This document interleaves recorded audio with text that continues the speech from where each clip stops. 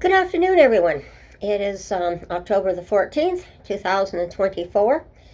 As you see by my title on Weekend Mayhem, that is putting it mildly for the chaos that took place late Saturday evening into early Sunday morning that we experienced down here. And even my trying to explain it is going to be very interesting as to what took place. So I'm going to start from the beginning. Might end up being a little longer video. But Saturday evening, I came home about 9 o'clock. Went to bed probably, I came home from a birthday party. Had a great time. I was home a little bit before 9. Went to bed at 9:30. My arthritis acting up, so I had taken a couple of our painkillers for my arthritis and went to bed. And I'd just fallen asleep when about approximately 10 after 10, the fire alarms went off in our building. And of course, the painkillers are just starting to kick in. And I'm just kind of, oh yeah, it's the fire alarms. So, shook myself awake. And of course, then I went down, as I usually do, to check out the building, see where the smoke is, and see which alarms got pulled in the building. And of course, I'm running back and forth with the fire department, and other people are trying to evacuate the building. And then they checked out the whole building. Now, the other thing was, when I did walk out my apartment door, I did get a smell of something burning. And it was just a faint smell, but I was trying to think, okay, what's on fire and where is it? Is it my end of the building or the other end of the building? So we're all running around the building trying to figure it out. And nope, there's nothing in our building. So, all right, must have been a false alarm again, because this is what happens every fall. They get into the building, and this is one of the things that the homeless love to do, is pull the fire alarms on us. So, fine, I go back to bed. Well, I'll try to go back to bed, but I had this feeling that I better stay awake, because the fire department had took them about 15-20 minutes. They checked out the building, and then they left. Probably just around 10:30, a little after. So then about 12, or just after 12, I'm hearing something outside where the dumpster is, and I'm looking outside, and I see, the usual homeless person digging in the garbage bin, which is normal, and he was leaning over the side of it with his bags at the side, and so I only got a back view of him. And then I went and lay down again, and then I hear more arguments, like an argument or something, people talking pretty heavily in the back. Again, go and look, and then I see my neighbor from downstairs standing by the bin, and he's got a big pail with him. And I called down, what's going on? And he says he's on the phone with the security, and I said, okay, I'll be down in a couple of minutes, I'll get some clothes on. And so I went down, and here he is putting out a fire in the bin, and he's going back and forth, and I'm just checking too, so he's making sure he's put it out. And then he tells me, well, look at the side of our building. And so I looked and I said, well, what? And then I realized that the box, because I don't know whether they're cable wires or some sort of wires that go into this box, and all these wires somehow go into our building for things, and it had been set on fire, and he managed to get it out with the pail of water. So at this point, the police had not been called. After he called the security, our security showed up immediately, as fast as they could, with a word fire. They were on the run, because they knew that the alarm had been pulled earlier, but it wasn't inside the building at this point. So we're talking to the security. Then people I've been seeing hanging around the building were coming around, and I could identify them, and it looked like they were trying to get in and out of our building again. And so we're talking with him, trying to explain what we'd seen and what was going on. And then we went more to the side of the building, and then we realized that the police were across the street from us. And I mean, there was a lot of police cars, because after I went to bed, after 10, after when I was after I was awakened, and oh my goodness, it's hard to explain, but in the contrast, but after the fire department left, about 10 to 15 minutes later, all I kept hearing between that time, and that was probably about 10 to 11 at the time, to 12. All I kept hearing was police cars, fire trucks. There were so many sirens. The only sirens I didn't hear were the ambulances, so I didn't know if that was good or bad at the time. But what was going on was they were stopping, and in front of our building as well, across the street from us, and there was a bunch of police cars there. So, and I don't know where the fire trucks had gone to at that point.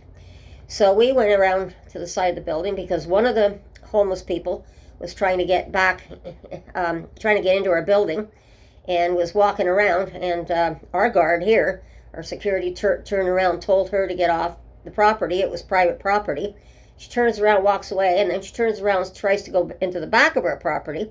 He again tries to tell her to leave the property. She didn't want to leave, and she turned around, and at this point I spoke up because she was giving me dirty looks.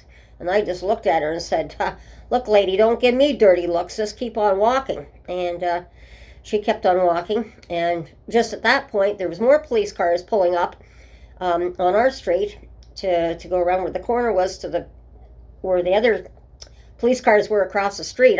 We don't know what was going on across the street, but then they saw us and our guard having trouble with the homeless people, and they were wondering what in the world is going on. It was like whatever was happening across the street, it felt more like all the homeless people were trying to get into our building at the same time. And I know I didn't let a couple of people in when I tried to get out of the building to go into the side of our building to talk to our guard and everything. And so these police officers pull up. They see we're having trouble with this homeless person, and they're looking, and they're coming up and asking us what's happened. So that was when we informed them that we just had what had happened, that the fire alarm had been pulled at such and such a time, and we had the two fires in the back. And the guy looks, the police officer comes around, looks at the box and says, oh, not another box on fire. And then he looked at the dumpster. Oh boy. And so nobody had reported that part yet. And he said, well, we're going to get our unit in because it seems like they're already investigating some kind of fires being set in the area. And we still have no idea what's going on across the street. So anyhow, and then he looks at me, and then he's looking and said, well, it's not even the full moon. And I said, no, it's not the full moon tonight either. What's happened is in the morning, the, rebates came out for the energy rebates came out in the banks in the morning. So everybody's out, they're going to the dealers, they're getting high, and all hell's breaking loose on the streets tonight. And so then he figured out, okay, well, that's one thing that's going wrong. That's why we've got everybody going nuts tonight on the streets. And that's kind of explaining one thing. So then it continues on. And so we realize that we've got probably a lot. Now, this is where I've been telling you people that we've been putting the cameras in, installing them all summer for our building. Well, we had about maybe 6-7 cameras originally in our building. Now we've got a good 20 in our building, at least. And it's covering the whole entire inside the building as well as outside the building. So we're feeling a lot more secure. So now our security, and because what we've been hearing are now, as he told the police officer at the point, they were checking our security cameras now to see what was going on at that time frame, and then our social housing would be in touch with the police, and of course now, because with the police hub down in Rideau Center now, everybody's working more closely together, so they're reviewing it.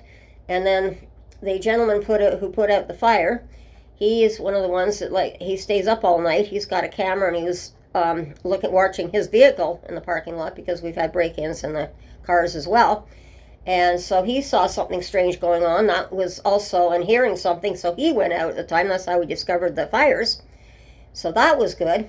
And so then eventually I did go back to bed, or try to, and I couldn't sleep as it was. It was a long night, and of course then I looked out the window, and of course by this time the police are looking through the backyards and everything, and they're going along with those flashlights that are on the side of the car or whatever they have to check out the area.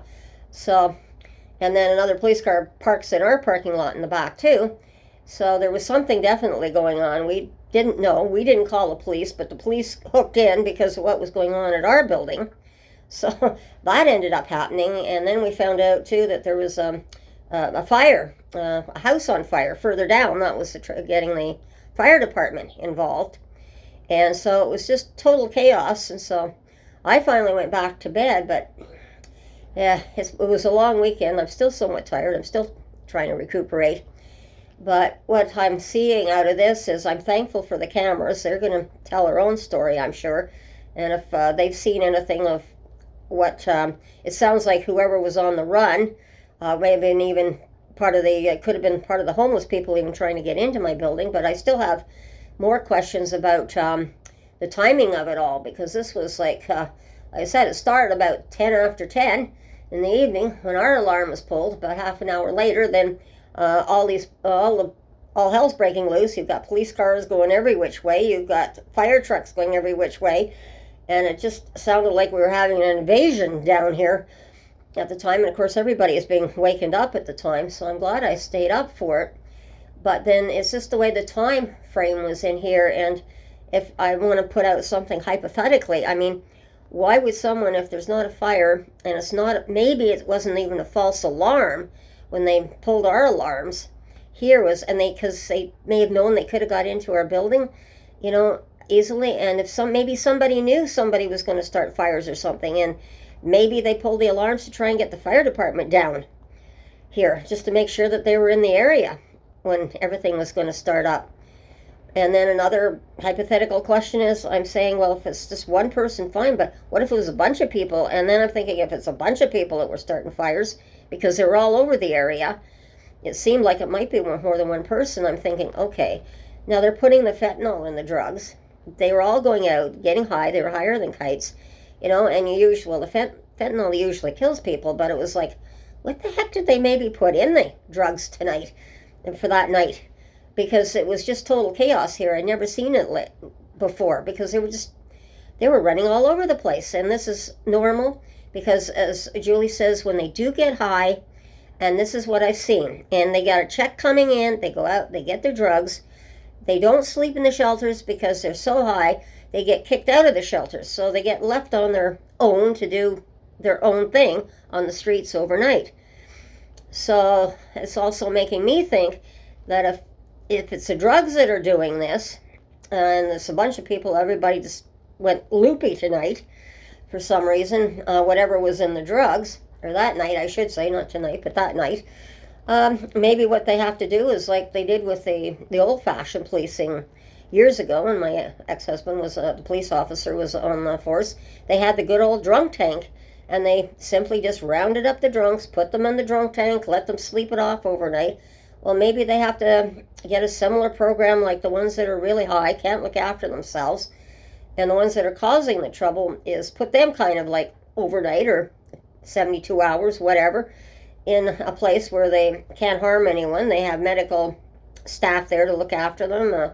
They need methadone, whatever. They can see to it, plus have the rehab people there to see if they can get them into rehab before they let them go again. Because this could have been very, very dangerous for all of us if we hadn't been wakened up. And of course, the fire alarm woke up our building, and so we were awake. And then the police sirens and the fire sirens sure woke up the rest of the neighborhood. So everybody was just like, "What's going on down here?" So, and of course, thank goodness, at least our emergency services are on the ball between the fire department and certainly our poor police officers. They were doing a darn good job, but they were just as confused as we were, so they were really on the ball when they were out there asking questions and trying to figure out and piece together what was happening. So I kind of felt sorry for them in a way, because it was whatever was here was exploding, that nobody realized what was actually going on. So it was quite an interesting night. Then, of course, I couldn't sleep that night, so I ended up sleeping the whole day Sunday, pretty much, trying to get some rest to catch up with it. But I thought I'd just catch you guys up, because I know the house that was on fire was definitely on CTV News, and they just said it started outside, so we don't know if that was arson or not. But unfortunately, there's another 3 or 4 people dislocated and homeless again now because of that fire starting. So we'll see what happens on that end. But it's unfortunate that this is happening again, and it's worrisome because if somebody's putting something in the drugs that are making people totally flipping out, not the full moon, and we're not all turning into werewolves, but as the moon does, it does change in the tides and stuff. It certainly does that around the world, and some people are affected by the full moon. But there's no full moon, and the only explanation I can come up with is either there was one or two people involved in this, or something was put in the drugs that they were getting that night, because I never seen anything, and it was just like we had people swamping trying to get into our building. But whoever they're after or looking for, they may turn up on one of our cameras. So that was the best thing about the cameras, and that I can see that in this area that social housing and our city councilor did a great thing by getting the cameras into our buildings. So at least we have an idea, and the cameras may be able to put the rest of the picture together, which we were all shaking our heads at, like, what's going on down here. So wasn't that everybody wasn't trying to figure it out. It was pretty rough down here, and we had everyone was just like feeling this down here and worried about, like, where's the next fire going to be. So hopefully the police can get all this straightened out with the information that's going to come off the cameras. And even the private person with a camera here too was looking through their film to see if they could identify the person, got maybe a better shot of the person that was at the dumpster right before he discovered the fire in the dumpster, and then the other fire right behind him at our box. So it's a bit of a long thing, but you can see how frustrated I am again, because this shouldn't be happening. But that's the one thing about having people who care about us, because they're in the building.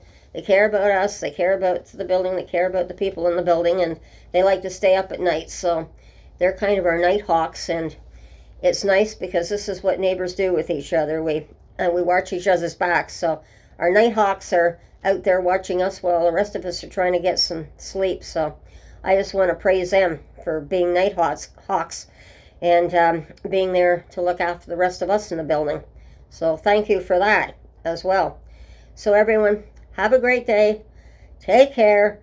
Be sure you watch your surroundings, and watch your surroundings. I'm definitely saying that after what just transpired here over the weekend. So everyone, take care. Have a great day, and we'll talk again soon, and bye-bye.